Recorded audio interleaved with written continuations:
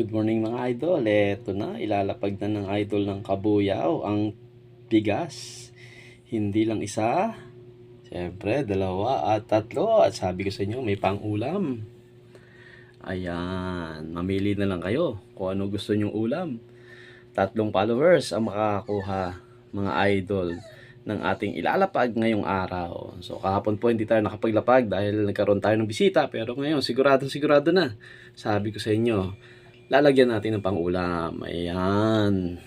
3 followers mga idol ang makakuha ng ating bigas. Siyempre, may kasamang pang-ulam. Siyempre, yan. Kaya ang panihintay nyo, abang-abang mga idol. At babalik ang idol ng Kabuyaw doon sa mga pinost ko dati.